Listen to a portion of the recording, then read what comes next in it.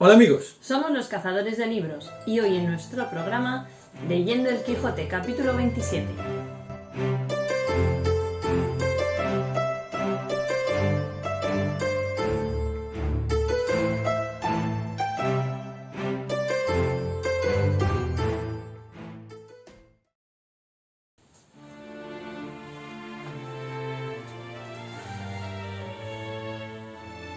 Capítulo 27. De cómo salieron con su intención el cura y el barbero, con otras cosas dignas de que se cuenten en esta grande historia. No le pareció mal al barbero la invención del cura, sino también que luego la pusieron por obra. Pidiéronle a la ventera una saya y unas tocas, dejándole en prendas una sotana nueva del cura. El barbero hizo una gran barba de una cola rucia o roja de buey, donde el ventero tenía colgado el peine.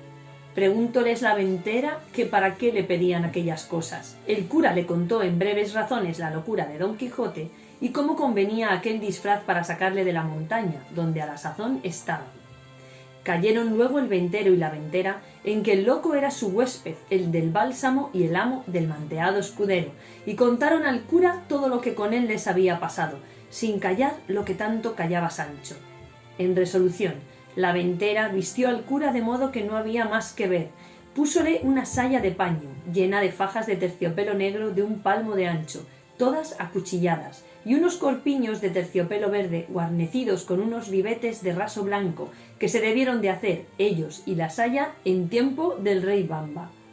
No consintió el cura que le tocasen, sino púsose en la cabeza un birretillo de lienzo colchado que llevaba para dormir de noche, y ciñóse por la frente una liga de tafetán negro, y con otra liga hizo un antifaz con que se cubrió muy bien las barbas y el rostro.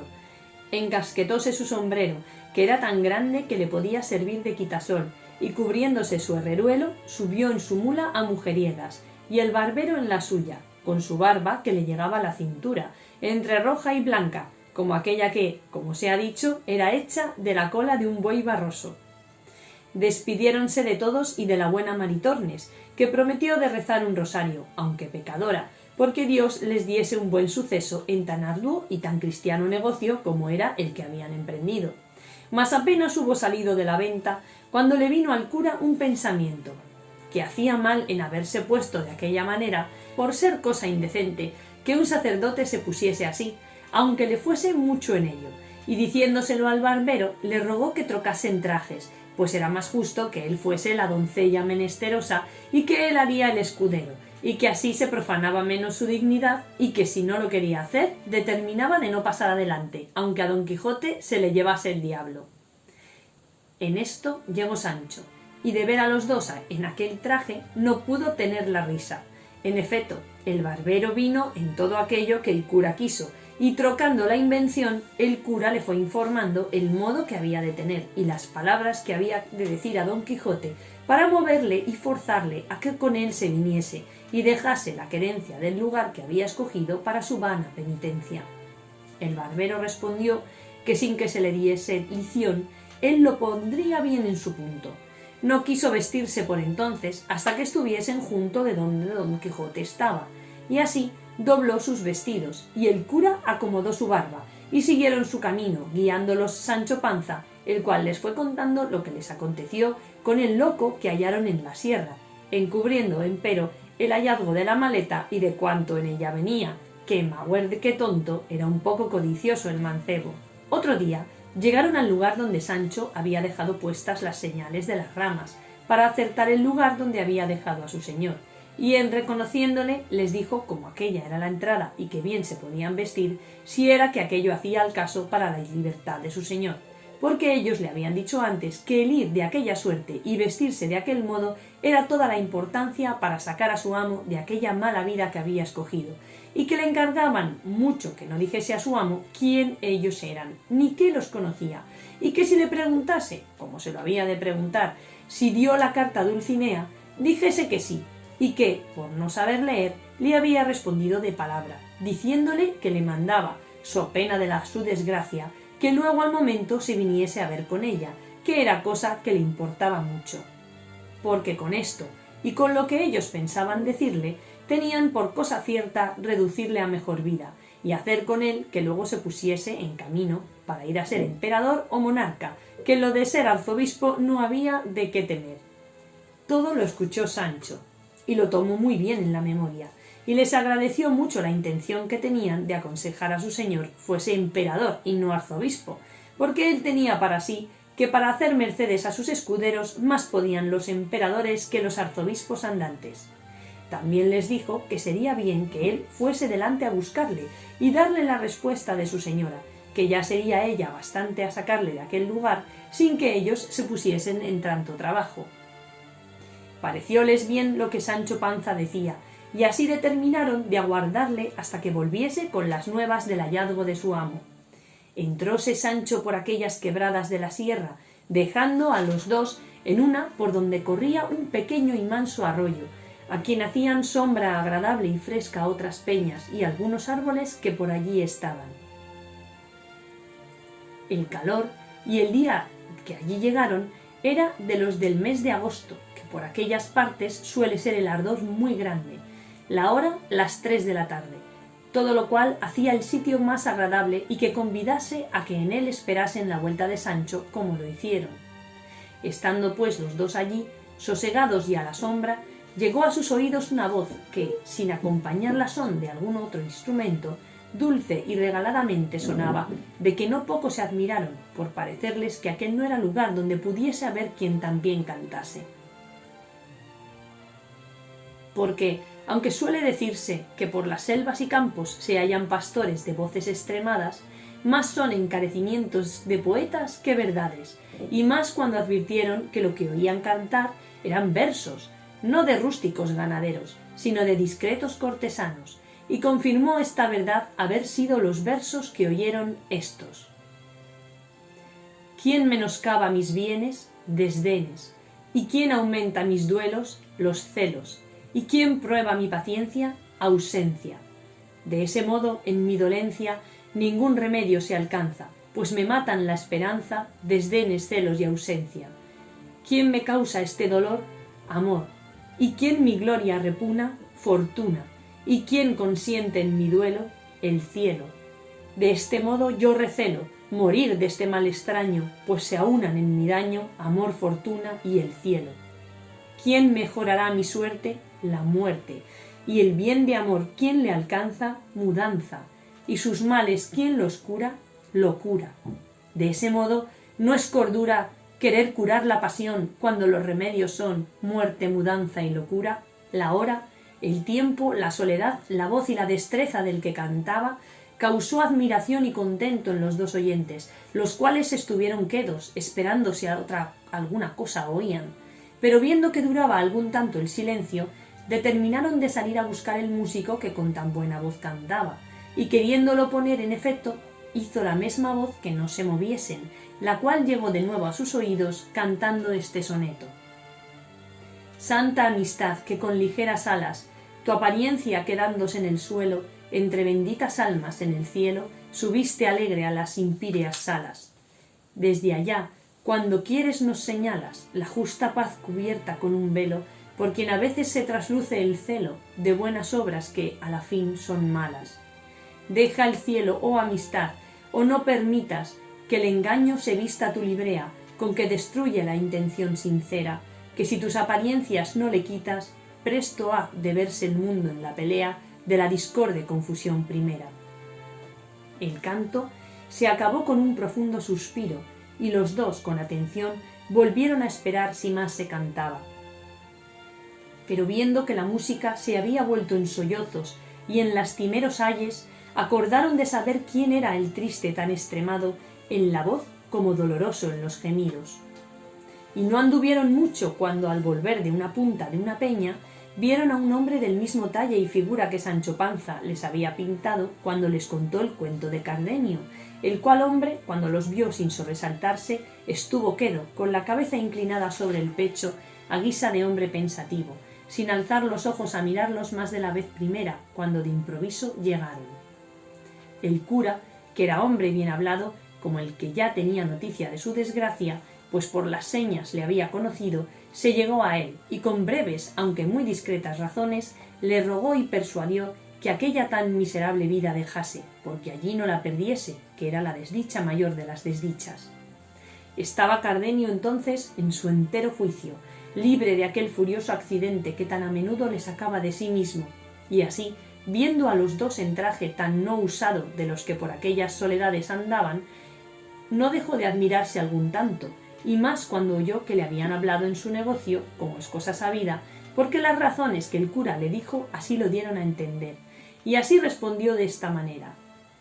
«Bien veo yo, señores, quien quiera que seáis, que el cielo, que tiene cuidado de socorrer a los buenos y aun a los malos muchas veces, sin yo merecerlo me envía, en estos tan remotos y apartados lugares del trato común de las gentes, algunas personas que, poniéndome delante de los ojos con vivas y varias razones, cuan sin ella ando en hacer la vida que hago, han procurado sacarme desta a mejor parte. Pero como no saben qué sé yo, que en saliendo de este daño he de caer en otro mayor, quizá me deben de tener por hombre de flacos discursos, y aun, lo que peor sería, por de ningún juicio. Y no sería maravilla que así fuese, porque a mí se me trasluce que la fuerza de la imaginación de mis desgracias es tan intensa y puede tanto en mi perdición, que, sin que yo pueda ser parte a estorbarlo, vengo a quedar como piedra, falto de todo buen sentido y conocimiento. Y vengo a caer en la cuenta de esta verdad cuando algunos me dicen y muestran señales de las cosas que he hecho, en tanto que aquel terrible accidente me señorea, y no sé más que dolerme en vano y maldecir sin provecho mi ventura, y dar por disculpa de mis locuras el decir la causa de ellas a cuantos oírla quieren. Porque viendo los cuerdos cuál es la causa, no se maravillarán de los efetos, y si no me dieren remedio, a lo menos no me darán culpa, convirtiéndoseles el enojo de mi desenvoltura en lástima de mis desgracias. Y si es que vosotros, señores, venís con la misma intención que otros han venido, antes que paséis adelante en vuestras discretas persuasiones, os ruego que escuchéis el cuento, que no le tiene, de mis desventuras, porque quizá, después de entendido, ahorraréis del trabajo que tomaréis en consolar un mal que de todo consuelo es incapaz». Los dos, que no deseaban otra cosa que saber de su mesma boca la causa de su daño, le rogaron se la contase, ofreciéndole de no hacer otra cosa de la que él quisiese en su remedio o consuelo, y con esto el triste caballero comenzó su lastimera historia, casi por las mismas palabras y pasos que la había contado a don Quijote y al cabrero pocos días atrás, cuando por ocasión del maestro Elisabat y puntualidad de don Quijote en guardar el decoro a la caballería, se quedó el cuento imperfecto, como la historia lo deja contado. Pero ahora quiso la buena suerte que se detuvo el accidente de la locura y le dio lugar de contarlo hasta el fin, y así, llegando al paso del billete que había hallado don Fernando entre el libro de Amadís de Gaula, dijo Cardenio que le tenía bien en la memoria y que decía de esta manera: «Luscinda a Cardenio. Cada día descubro en vos valores que me obligan y fuerzan a que en más os estime, y así, si quisiéredes sacarme de esta deuda sin ejecutarme en la honra, lo podréis muy bien hacer. Padre tengo, que os conoce y que me quiere bien, el cual, sin forzar mi voluntad, cumplirá la que será justo que vos tengáis, si es que me estimáis como decís y como yo creo. Por este billete me moví a pedir a Luscinda por esposa, como ya os he contado, y este fue por quien quedó Luscinda, en la opinión de don Fernando, por una de las más discretas y avisadas mujeres de su tiempo, y este billete fue el que le puso en deseo de destruirme antes que el mío se efectuase. Díjele yo a don Fernando, en lo que reparaba el padre de Luscinda, que era en que mi padre se la pidiese, lo cual yo no le osaba decir, temeroso que no vendría en ello, no porque no tuviese bien conocida la calidad, bondad, virtud y hermosura de Luscinda, y que tenía partes bastantes para ennoblecer cualquier otro linaje de España, sino porque yo entendía de él que deseaba que no me casase tan presto, hasta ver lo que el duque Ricardo hacía conmigo. En resolución, le dije que no me aventuraba a decírselo a mi padre, así por aquel inconveniente como por otros muchos que me acobardaban, sin saber cuáles eran, sino que me parecía que lo que yo desease jamás había de tener efecto. A todo esto me respondió don Fernando que él se encargaba de hablar a mi padre y hacer con él que hablase al de Luscinda. «Oh Mario ambicioso, oh Catilina cruel, oh Sila facinoroso, oh Galalón embustero, oh Bellido traidor, oh Julián vengativo, oh Judas codicioso, traidor, cruel, vengativo y embustero, ¿qué deservicios te había hecho este triste, que con tanta llaneza te descubrió los secretos y contentos de su corazón? ¿Qué ofensa te hice? ¿Qué palabras te dije o qué consejos te di, que no fuesen todos encaminados a acrecentar tu honra y tu provecho? Mas, ¿de qué me quejo, desventurado de mí? Pues es cosa cierta que cuando traen las desgracias la corriente de las estrellas, como vienen de alto abajo, despeñándose con furor y con violencia, no hay fuerza en la tierra que las detenga, ni industria humana que prevenirlas pueda. ¿Quién pudiera imaginar que don Fernando, caballero ilustre, discreto, obligado de mis servicios, poderoso para alcanzar lo que el deseo amoroso le pidiese donde quiera que le ocupase, si había de enconar, como suele decirse, en tomarme a mí una sola oveja que aún no poseía? Pero quédense estas consideraciones aparte, como inútiles y sin provecho, y añudemos el roto hilo de mi desdichada historia. Digo, pues, que pareciéndole a don Fernando que mi presencia le era inconveniente para poner en ejecución su falso y mal pensamiento, determinó de enviarme a su hermano mayor, con ocasión de pedirle unos dineros para pagar 6 caballos que de industria, y sólo para este efecto de que me ausentase, para poder mejor salir con su dañado intento, el mesmo día que se ofreció a hablar a mi padre los compró, y quiso que yo viniese por el dinero. ¿Pude yo prevenir esta traición? ¿Pude por ventura caer en imaginarla? No, por cierto. Antes con grandísimo gusto me ofrecí a partir luego, contento de la buena compra hecha. Aquella noche hablé con Lucinda y le dije lo que con don Fernando quedaba concertado, y que tuviese firme esperanza de que tendrían efecto nuestros buenos y justos deseos. Ella me dijo, tan segura como yo de la traición de don Fernando, que procurase volver presto, porque creía que no tardaría más la conclusión de nuestras voluntades que tardase mi padre de hablar al suyo. No sé qué se fue, que en acabando de decirme esto se le llenaron los ojos de lágrimas y un nudo se le atravesó en la garganta, que no le dejaba hablar palabra de otras muchas que me pareció que procuraba decirme. Quedé admirado de este nuevo accidente, hasta allí jamás en ella visto, porque siempre nos hablábamos, las veces que la buena fortuna y mi diligencia lo concedía, con todo regocijo y contento, sin mezclar en nuestras pláticas lágrimas, suspiros, celos, sospechas o temores. Todo era engrandecer yo mi ventura, por habérmela dado el cielo por señora, exageraba su belleza, admirábame de su valor y entendimiento, volvíame ella el recambio, alabando en mí lo que, como enamorada, le parecía digno de alabanza. Con esto nos contábamos 100.000 niñerías y acaecimientos de nuestros vecinos y conocidos, y a lo que más se extendía mi desenvoltura era a tomarle, casi por fuerza, una de sus bellas y blancas manos y llegarla a mi boca, según daba lugar la estrecheza de una baja reja que nos dividía.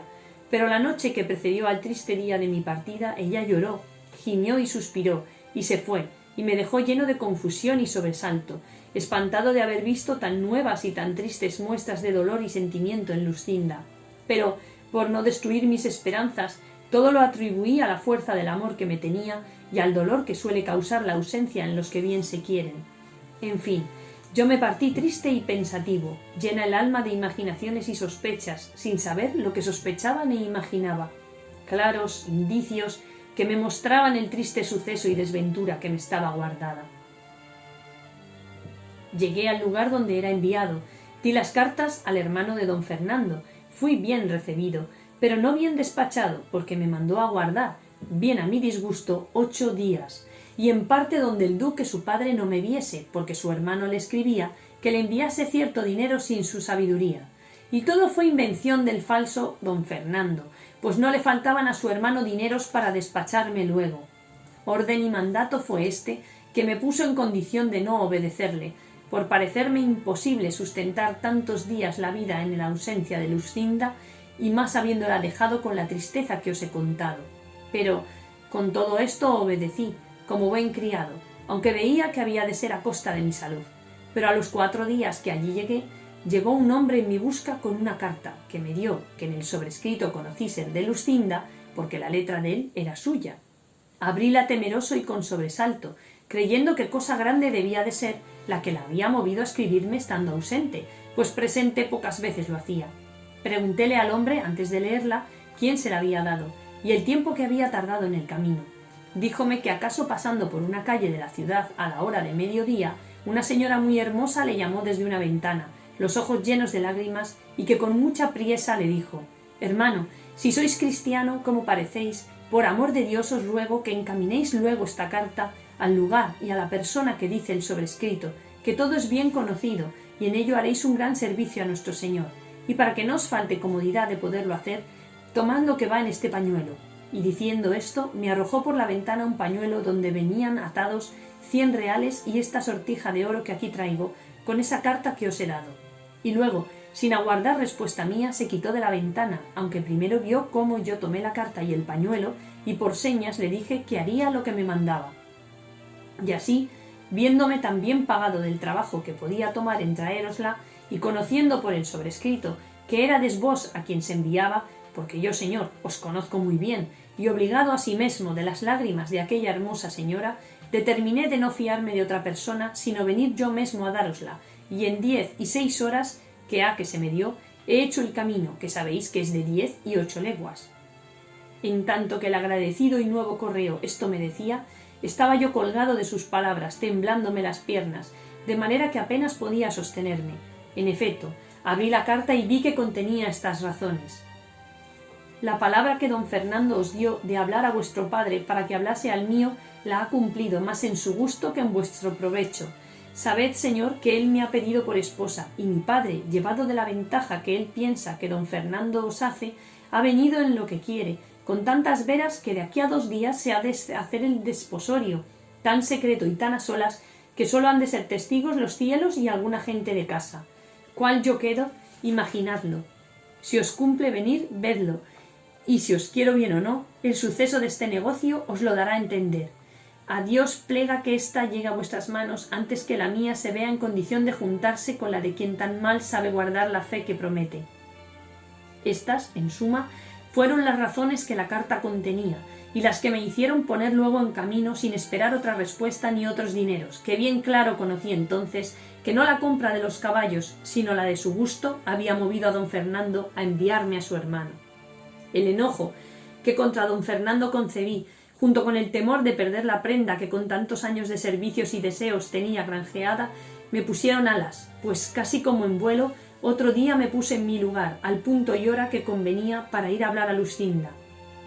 Entré secreto y dejé una mula en que venía en casa del buen hombre que me había llevado la carta, y quiso la suerte que entonces la tuviese tan buena que hallé a Luscinda puesta a la reja testigo de nuestros amores. Conocióme Luscinda luego, y conocíla yo, mas no como debía ella conocerme, y yo conocerla. Pero, ¿quién hay en el mundo que se pueda alabar que ha penetrado y sabido el confuso pensamiento y condición mudable de una mujer? Ninguno, por cierto. Digo pues que así como Luscinda me vio, me dijo: «Cardenio, de boda estoy vestida, ya me están aguardando en la sala don Fernando el traidor y mi padre el codicioso, con otros testigos, que antes lo serán de mi muerte que de mi desposorio. No te turbes, amigo, sino procura hallarte presente a este sacrificio, el cual si no pudiese ser estorbado de mis razones, una daga llevo escondida que podrá estorbar más determinadas fuerzas, dando fin a mi vida y principio a que conozcas la voluntad que te he tenido y tengo». Yo le respondí turbado y apriesa, temeroso no me faltase lugar para responderla: «Hagan, señora, tus obras verdaderas tus palabras, que si tú llevas daga para acreditarte, aquí llevo yo espada para defenderte con ella o para matarme si la suerte nos fuere contraria». No creo que pudo oír todas estas razones, porque sentí que la llamaban apriesa, porque el desposado aguardaba. Cerróse con esto la noche de mi tristeza, púsoseme el sol de mi alegría, quedé sin luz en los ojos y sin discurso en el entendimiento. No acertaba a entrar en su casa, ni podía moverme a parte alguna, pero considerando cuánto importaba mi presencia para lo que suceder pudiese en aquel caso, me animé lo más que pude y entré en su casa, y como ya sabía muy bien todas sus entradas y salidas, y más con el alboroto que de secreto en ella andaba, nadie me echó de ver. Así que, sin ser visto, tuve lugar de ponerme en el hueco que hacía una ventana de la mesma sala, que con las puntas y remates de 2 tapices se cubría, por entre las cuales podía yo ver sin ser visto todo cuanto en la sala se hacía. ¿Quién pudiera decir ahora los sobresaltos que me dio el corazón mientras allí estuve, los pensamientos que me ocurrieron, las consideraciones que hice, que fueron tantas y tales que ni se pueden decir, ni aun es bien que se digan? Basta que sepáis que el desposado entró en la sala, sin otro adorno que los mesmos vestidos ordinarios que solía. Traía por padrino a un primo hermano de Luscinda, y en toda la sala no había persona de fuera sino los criados de casa. De allí a un poco salió de una recámara Luscinda, acompañada de su madre y de 2 doncellas suyas, tan bien aderezada y compuesta como su calidad y hermosura merecían, y como quien era la perfección de la gala y bizarría cortesana. No me dio lugar ni suspensión ni arrobamiento para que mirase y notase en particular lo que traía vestido. Sólo pude advertir a los colores que eran encarnado y blanco, y en las vislumbres que las piedras y joyas del tocado y de todo el vestido hacían, a todo lo cual se aventajaba la belleza singular de sus hermosos y rubios cabellos, tales que, en competencia de las preciosas piedras y de las luces de 4 hachas que en la sala estaban, la suya con más resplandor a los ojos ofrecían. Oh memoria, enemiga mortal de mi descanso, ¿de qué sirve representarme ahora la incomparable belleza de aquella adorada enemiga mía? ¿No será mejor, cruel memoria, que me acuerdes y representes lo que entonces hizo, para que, movido de tan manifiesto agravio, procure, ya que no la venganza, a lo menos perder la vida? No os canséis, señores, de oír estas digresiones que hago, que no es mi pena de aquellas que puedan ni deban contarse sucintamente, y de paso, pues cada circunstancia suya me parece a mí que es digna de un largo discurso. A esto le respondió el cura que no sólo no se cansaban en oírle, sino que les daba mucho gusto las menudencias que contaba, por ser tales que merecían no pasarse en silencio, y la misma atención que lo principal del cuento. Digo, pues, prosiguió Cardenio, que estando todos en la sala, entró el cura de la parroquia, y tomando a los 2 por la mano para hacer lo que en tal acto se requiere, al decir: «¿Queréis, señora Luscinda, al señor don Fernando, que está presente, por vuestro legítimo esposo, como lo manda la Santa Madre Iglesia?». Yo saqué toda la cabeza y cuello de entre los tapices, y con atentísimos oídos y alma turbada me puse a escuchar lo que Luscinda respondía, esperando de su respuesta la sentencia de mi muerte o la confirmación de mi vida. Oh, ¿quién se atreviera a salir entonces diciendo a voces: «Ah, Luscinda, Luscinda, mira lo que haces, considera lo que me debes, mira que eres mía y que no puedes ser de otro. Advierte que el decir tú sí y el acabárseme la vida ha de ser todo a un punto. Ah, traidor don Fernando, robador de mi gloria, muerte de mi vida, ¿qué quieres? ¿Qué pretendes? Considera que no puedes cristianamente llegar al fin de tus deseos, porque Luscinda es mi esposa y yo soy su marido. Ah, loco de mí, ahora que estoy ausente y lejos del peligro, digo que había de hacer lo que no hice. Ahora que dejé robar mi cara prenda, maldigo al robador de quien pudiera vengarme si tuviera corazón para ello, como le tengo para quejarme. En fin, pues fui entonces cobarde y necio, no es mucho que muera ahora corrido, arrepentido y loco. Estaba esperando el cura la respuesta de Luscinda, que se detuvo un buen espacio en darla, y cuando yo pensé que sacaba la daga para acreditarse o desataba la lengua para decir alguna verdad o desengaño que en mi provecho redundase, oigo que dijo con voz desmayada y flaca: «Sí, quiero». Y lo mesmo dijo don Fernando, y dándole el anillo quedaron en indisoluble nudo ligados. Llegó el desposado a abrazar a su esposa, y ella, poniéndose la mano sobre el corazón, cayó desmayada en los brazos de su madre. Resta ahora decir cuál quedé yo viendo en el sí que había oído burladas mis esperanzas, falsas las palabras y promesas de Luscinda, imposibilitado de cobrar en algún tiempo el bien que en aquel instante había perdido. Quedé falto de consejo, desamparado a mi parecer de todo el cielo, hecho enemigo de la tierra que me sustentaba, negándome el aire aliento para mis suspiros y el agua humor para mis ojos. Sólo el fuego se acrecentó, de manera que todo ardía de rabia y de celos. Alborotáronse todos con el desmayo de Luscinda, y desabrochándole su madre el pecho para que le diese el aire, se descubrió en él un papel cerrado que don Fernando tomó luego y se le puso a leer a la luz de una de las hachas, y en acabando de leerle, se sentó en una silla y se puso la mano en la mejilla con muestras de hombre muy pensativo, sin acudir a los remedios que a su esposa se hacían para que del desmayo volviese. Yo,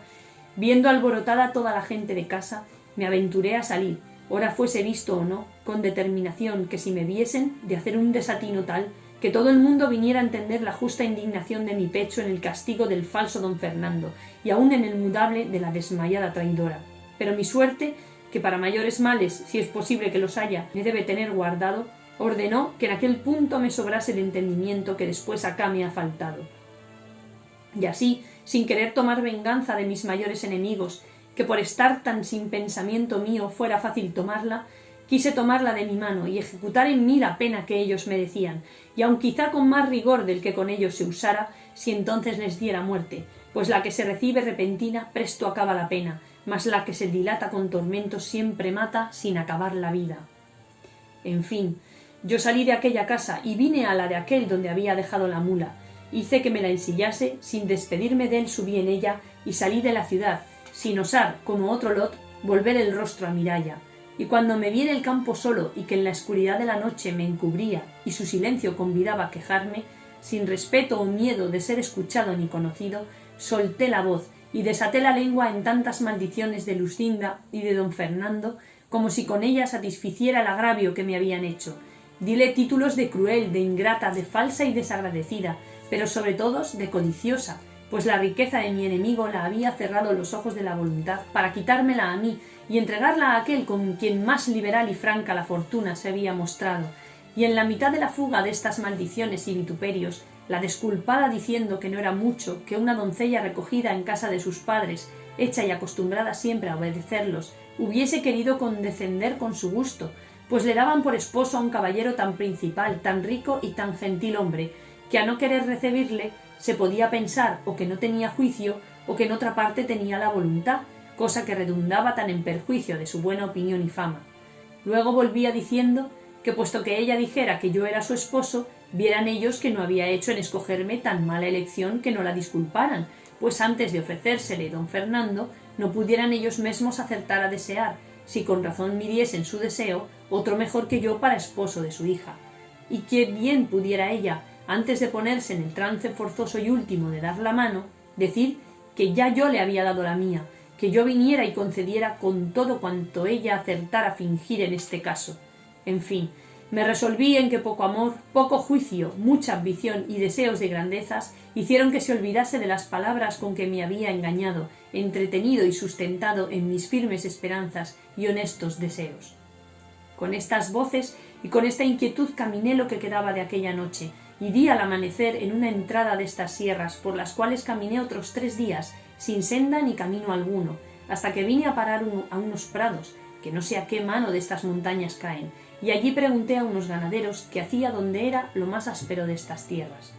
Dijéronme que hacía esta parte. Luego me encaminé a ella con intención de acabar aquí la vida, y entrando por estas asperezas, del cansancio y de la hambre, se cayó mi mula muerta, o lo que yo más creo, por desechar de sí tan inútil carga como en mí llevaba. Yo quedé a pie, rendido de la naturaleza, traspasado de hambre, sin tener ni pensar buscar quién me socorriese. De aquella manera estuve no sé qué tiempo, tendido en el suelo, al cabo del cual me levanté sin hambre, y hallé junto a mí a unos cabreros que sin duda debieron ser los que mi necesidad remediaron, porque ellos me dijeron de la manera que me habían hallado y cómo estaba diciendo tantos disparates y desatinos que daba indicios claros de haber perdido el juicio. Y yo he sentido en mí después acá que no todas veces le tengo cabal, sino tan desmedrado y flaco que hago 1000 locuras. Rasgándome los vestidos, dando voces por estas soledades, maldiciendo mi ventura y repitiendo en vano el nombre amado de mi enemiga, sin tener otro discurso ni intento entonces que procurar acabar la vida voceando, y cuando en mí vuelvo me hallo tan cansado y molido que apenas puedo moverme. Mi más común habitación es en el hueco de un alcornoque, capaz de cubrir este miserable cuerpo. Los vaqueros y cabreros que andan por estas montañas, movidos de caridad, me sustentan, poniéndome el manjar por los caminos y por las peñas por donde entienden que acaso podré pasar y hallarlo, y así, aunque entonces me falte el juicio, la necesidad natural me da a conocer el mantenimiento y despierta en mí el deseo de apetecerlo y la voluntad de tomarlo. Otras veces me dicen ellos, cuando me encuentran con juicio, que yo salgo a los caminos y que se lo quito por fuerza, aunque me lo den de grado, a los pastores que vienen con ello del lugar a las majadas. De esta manera paso mi miserable y extrema vida, hasta que el cielo sea servido de conducirla a su último fin, o de ponerle en mi memoria, para que no me acuerde de la hermosura y de la traición de Lucinda y del agravio de don Fernando. Que si esto él hace sin quitarme la vida, yo volveré a mejor discurso mis pensamientos. Donde no hay sino rogarle que absolutamente tenga misericordia de mi alma, que yo no siento en mí valor ni fuerzas para sacar el cuerpo de esta estrecheza en que por mi gusto he querido ponerle. Esta es, oh señores, la amarga historia de mi desgracia. Decidme si es tal que pueda celebrarse con menos sentimientos que los que en mí habéis visto, y no os canséis en persuadirme ni aconsejarme lo que la razón os dijere que puede ser bueno para mi remedio, porque ha de aprovechar conmigo lo que aprovecha la medicina recetada de famoso médico al enfermo que recibir no la quiere. Yo no quiero salud sin Lucinda, y pues ella gustó de ser ajena, siendo o debiendo ser mía, guste yo de ser de la desventura, pudiendo haber sido de la buena dicha. Ella quiso, con su mudanza, hacer estable mi perdición. Yo querré, con procurar perderme, hacer contenta su voluntad, y será ejemplo a los porvenir de que a mí solo faltó lo que a todos los desdichados sobra, a los cuales suele ser consuelo la imposibilidad de tenerle, y en mí es causa de mayores sentimientos y males, porque aún pienso que no se han de acabar con la muerte. Aquí dio fin Cardenio a su larga plática, y tan desdichada como amorosa historia, y al tiempo que el cura se prevenía para decirle algunas razones de consuelo, le suspendió una voz que llegó a sus oídos, que en lastimados acentos oyeron que decía lo que se dirá en la cuarta parte de esta narración, que en este punto dio fin a la tercera el sabio y atentado historiador Cide Hamete Benengeli.